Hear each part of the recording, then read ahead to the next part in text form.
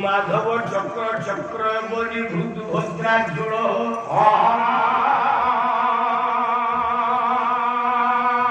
श्रीकंड प्रमुखा मौली मोर शिखा कृष्णांग्री पीठोत बल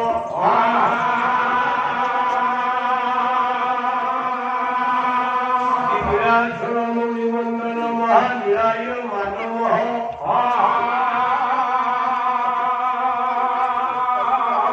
श्री गुरुवाधव शिवराजन्मे सुगत्युहन्ति उत्तमः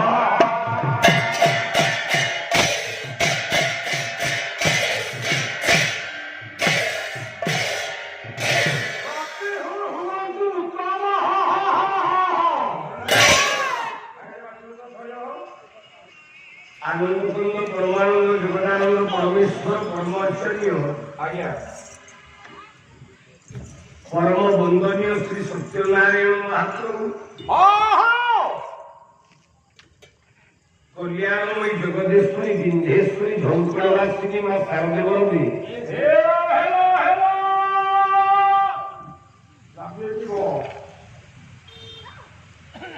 तथा गणपति आदि पंचदेवता अभय पदपांजलि चितवन को अर्पण कला स्वाईरे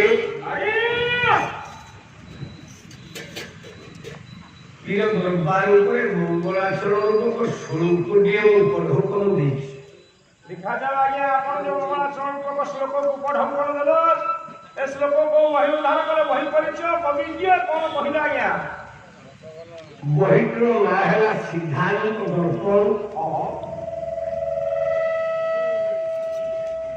କବି ହେଲେ ପଠାଣି ସାମନ୍ତ ଚନ୍ଦ୍ରଶେଖର ମହୋଦୟ। କଣ କହିଲେ?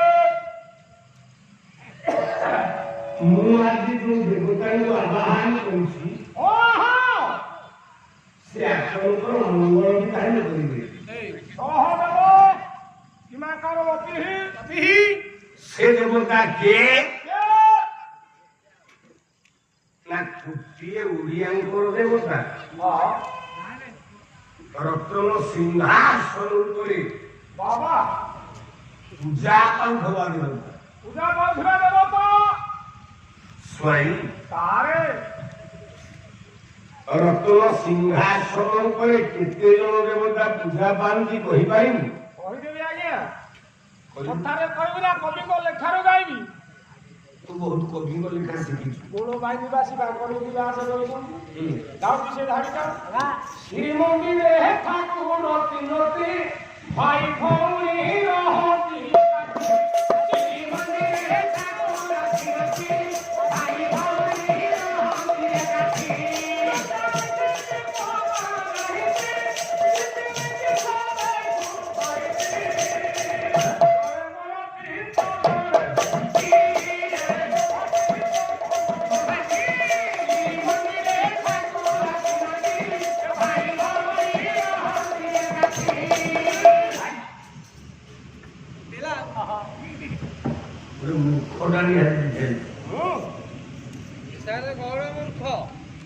ରତ୍ନ ସିଂହାସନ ଉପରେ ଆଜ୍ଞା ଆମର ଜଗନ୍ନାଥ ଦେଖୁଛି ତିନି ଜଣ ଦେବତା ଆସନ୍ତି। ଆଉ କେତେ ଆଜ୍ଞା କେତେ ଅଛନ୍ତି? ରତ୍ନ ସିଂହାସନ ଉପରେ ଦେବତା ହେଲେ 7 ଜଣ। କଣ କହୁଛନ୍ତି ଆଜ୍ଞା? ସେ ସାତ କିଏ? ଗଣ କହୁନାହାନ୍ତି? 12 ହାତ ଉଚ୍ଚା ବିଶିଷ୍ଟ ଖାଣ୍ଟି ବୁକରଦ ସୁନାରେ ଗୋଟିଏ ମୂର୍ତ୍ତି। ତା ନାଁ ହେଲା ଶ୍ରୀଦେବୀ। ଜଣେ ହେଲେ ଶ୍ରୀଦେବୀ। 12 ଆଙ୍ଗୁଳ ରୂପାରେ ତିଆରି ଗୋଟେ ମୂର୍ତ୍ତି। ତା ନାଁ ହେଲା ଭୂଦେବୀ। ଜଣେ ଶ୍ରୀଦେବୀ ଜଣେ ହେଲେ ଭୂଦେବୀ। 2 12 ଆଙ୍ଗୁଳ ଲିମ୍ବ କାଠ ଦାରୁରେ ତିଆରି ଗୋଟେ ମୂର୍ତ୍ତି। ଆଜ୍ଞା ତା ନାଁ ହେଲା ମାଧବ। ମାଧବ କରନ୍ତି ଗଲେ 3 ଜଗନ୍ନାଥ ବଳଭଦ୍ର ସୁଭଦ୍ରା ସୁଦର୍ଶନ ହେଲେ 4। 7 ଆଜ୍ଞା ଏ 7 ଭିତରେ ଯାହାକୁ ତମେ ମାନେ ପିଲେ ମାଧବ କହି ପୂଜା କରୁଛ ଆଜ୍ଞା ସେ ମାଧବଟି ହେଲା ଜଗନ୍ନାଥ ଚଳନ୍ତି ପ୍ରତିମା। ମାଧବ ଆଜ୍ଞା ମୁଁ କହୁନି କହିବେ କିଏ? ଆପଣଙ୍କ ଘରେ ଯେତେବେଳେ ଘର ପ୍ରତିଷ୍ଠା ହଉଛି ବାହାଘର ହଉଛି ଯେତେବେଳେ ଶୁଭ କାମ ହଉଛି ଆମେ ବ୍ରାହ୍ମଣ ମାନେ ଗୋଟିଏ ମଙ୍ଗଳାଷ୍ଟକ ଗାଉ। ମାଧବ ମାଧବ ବିଷ୍ଣୁ ମାଧବ ମାଧବ ହରି ସ୍ମରନ୍ତି ସାଧବାନିତ୍ୟ। କେଥର ମାଧବ ଆମେ କହୁ? ଏଥର ହଉଛି କହୁନାହାନ୍ତି ମାଧବ ମାଧବ ବିଷ୍ଣୁ ମାଧବ ମାଧବ ହରି।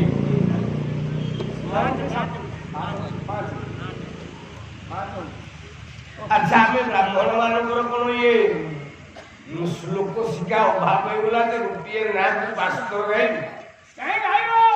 ମନେ ରଖ ସମସ୍ତେ କୁହନ୍ତି ମାଧବ ମାଧବ ବିଷ୍ଣୁ ମାଧବ ମାଧବ ହରି ସ୍ମରନ୍ତି ସାଧବାନିତ୍ୟ ସର୍ବକାର୍ଯ୍ୟେ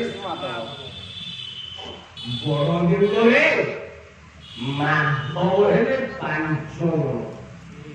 5 ଜଣ ମାଧବ। ଆଚ୍ଛା 5 ମାଧବ ସେ କୋଉଠି କୋଉଠି ଅଛନ୍ତି ତା ଭିତରେ? 5 ମାଧବ ରହିଲେ ଜଗନ୍ନାଥ ପୂଜା ପାଇଁ ପାଇବ। ଏ ସରି କଣ ମୁଁ ସରି ଭାଇ 5 ମାଧବ କୋଉଠି?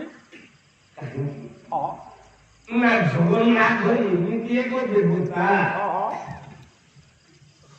ଭାରତ ବର୍ଷ 4ଟା ଦିଗରେ ପୂଜା ପାଇ ଜଗନ୍ନାଥ। ଆଜ୍ଞା ଆଜ୍ଞା ଆଜ୍ଞା କୋଉଠି କୋଉଠି? ଉତ୍ତର ଭାରତରେ ବଦ୍ରୀନାଥ ରୂପରେ পশ্চিম ভারতের দ্বারকানাথর উপরে পূর্ব ভারতের জগন্নাথর উপরে আগে আগে আগে চাবিটা দেখো দক্ষিণ ভারতরে রামনাথর উপরে পূজা পান্তি আমার জগন্নাথ বাবা নাচের মূল্য গরম হতে লাগে দুঃখ আছে ভারতর চারি জাতিরে চারি জগন্নাথ আগে আগে উত্তর ভারতের বদ্রীনাথ পশ্চিম ভারতের দ্বারকানাথ পূর্ব ভারতের জগন্নাথ দক্ষিণ ভারতের রামনাথ বাবা উত্তর ভারতের জগন্নাথ গাধায় পশ্চিম ভারতের কবনে পূর্ব ভারতের খায়ে দক্ষিণ ভারতের সেইটা জায়গাটার দরকার এই চারিটার জগন্নাথই মাধব হলে চারি আগে আগে প্রথম মাধবটা গিয়ে যে কলা কণ্ঠিল রহিতে বাধা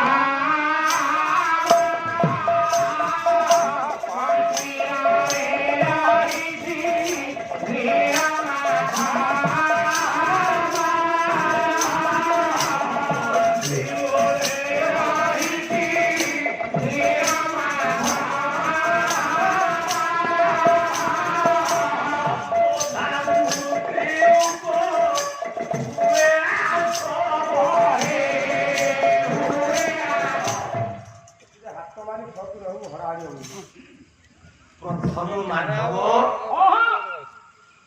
না না গোল না নীলমাধব প্রথম হলো নীলমাধব নীলমাধব জগন্নাথ উৎপত্তি আমি ସବୁ କହେ আগে আগে আগে আগে ତେଣୁ ଏ ନୀଳମାଧବ ହେଲା ଜଗନ୍ନାଥର ପ୍ରଥମ ବିଗ୍ରହ বাবা ଦୁଇରେ দুইরে କୋଲା କାକର ଗୁରୁ ମଙ୍ଗଳା ତୁମଲା ବେଳେ ପଡେଲି ଆଳି ମାଧବ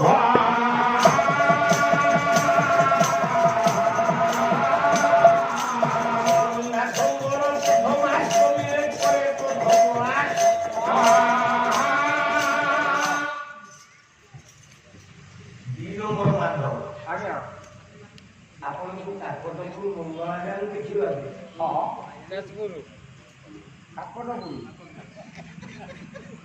ঠিক কথা কয়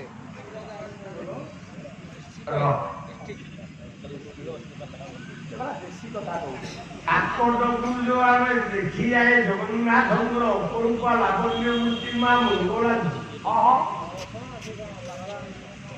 ଗୋଟାଏ ମାଧବ ଅଛି ନିଆଲି আগে আগে তা না ତା ନାଁ ହେଲା ନିଆଳି ମାଧବ ଅନ୍ୟ ନାଁଟି ହେଲା ବରାହ ମାଧବ বাবা ଜଗନ୍ନାଥ ଯେତେବେଳେ ପୋରୁହା আগে ପ୍ରଥମାଷ୍ଟମୀ ଦିନ ସେଇ ବରାହ ମାଧବଠୁ ପିଠା ପଣା ଭାର ଜଗନ୍ନାଥ ପାଖକୁ ବଡ଼ ଦେଉଳକୁ ଆସେ ସେ ତା ମାମୁଁ ଘର বরাহ মাধব হচ্ছে জগন্নাথଙ୍କ মামু সিଏ বাবা আরে କେତେଟା ମାଧବ କହିବି তিন ଦିଟା କହିବି দুইটা আগে 3 নম্বର ମାଧବ ওনাকে আগে ନା ଯେତେବେଳେ ଆପଣଙ୍କର ଯଜାତିକେଶ୍ୱରୀ ବା ଇନ୍ଦ୍ରଦ୍ୟୁମ୍ନ ଯାଜପୁରରେ ଯଜ୍ଞ କଲା হ্যাঁ ସେ ଯଜ୍ଞ ନିକଟରେ ଗୋଟେ ମାଧବ ପାଇଲା হ্যাঁ ସେ ମାଧବକୁ ପୂଜା କରି বাবা ଯଜ୍ଞ କର୍ମ ସଫଳ ହେଲା ନାଁଟି ହେଲା ରାଧା ମାଧବ বাবা କେତେଟା କହିବି তিন আগে 4 নম্বର ମାଧବ কোঠি ଶ୍ରୀମନ୍ଦିର ବଡ଼ଦେଉଳ ଭିତରେ ଅଛି হ্যালো ମୁଁ କହୁଛି ଅଭିରାମ ସ୍ଥାୟୀ କଣ କହିଲେ ନା ଜୟ ହେ ଦୁର୍ଗା ମାଧବ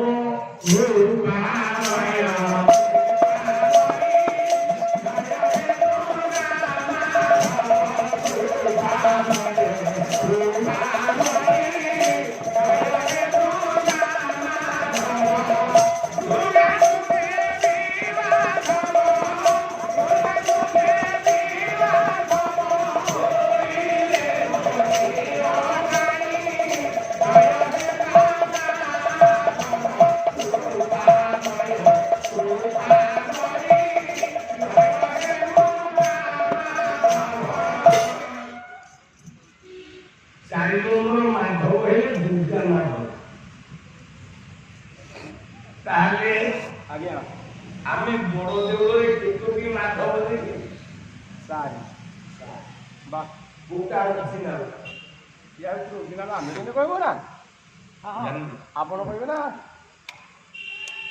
ଶ୍ରୀମନ୍ଦିର ବଡ଼ ଦେଉଳର ଇଷ୍ଟ ଦେବତା କିଏ? ଇଷ୍ଟଦେବ ଜଗନ୍ନାଥ ଜଗନ୍ନାଥ। ଆଜ୍ଞା କୋଉଠି ଅଛି? ରତ୍ନ ସିଂହାସନରେ କହୁନି ରତ୍ନ ସିଂହାସନରେ ଜଗା ନାହିଁ ଆଉ ଜଗା କୋଉଠି ଅଛି? ଆତ୍ମାର ଅଛି। ରହ ଜଗା କୋଉଠି ଅଛି? ଜଗନ୍ନାଥ ମହାପ୍ରଭୁଙ୍କର ରତ୍ନ ସିଂହାସନ ଉପରେ ଆଜ୍ଞା ହେଲା ହେଲା ନା ନା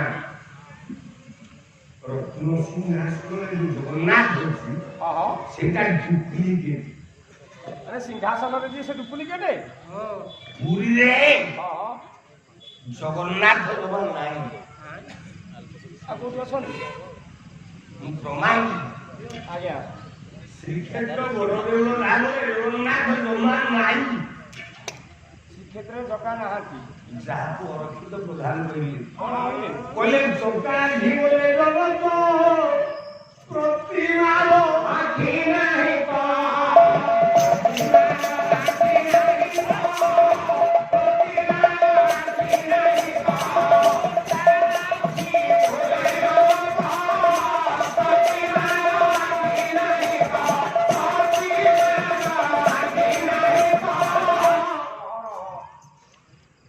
ଜଗନ୍ନାଥ ଶ୍ରୀକ୍ଷେତ୍ରରେ ଜମା ନାହିଁ। ଆଜ୍ଞା ଅଛି କୋଉଠି? ବାବା ଆଉ ଯୋଉ ବଡ ଦେଉଳ ଭିତରେ ସାତ ଦେବାଦେବୀ ଅଛନ୍ତି।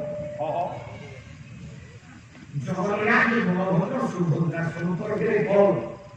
ଭଉଣୀ ଆଉ କଣ ମୁଖ ଜଗନ୍ନାଥ ବଳଭଦ୍ର ସୁଭଦ୍ରା ସମ୍ପର୍କରେ ଭାଇ ଭଉଣୀ କୁହ ଓ ସେ କଣ ଆଜ୍ଞା? ଜଗନ୍ନାଥ ସୁଭଦ୍ରା ସମ୍ପର୍କରେ ଭାଇ ଭଉଣୀ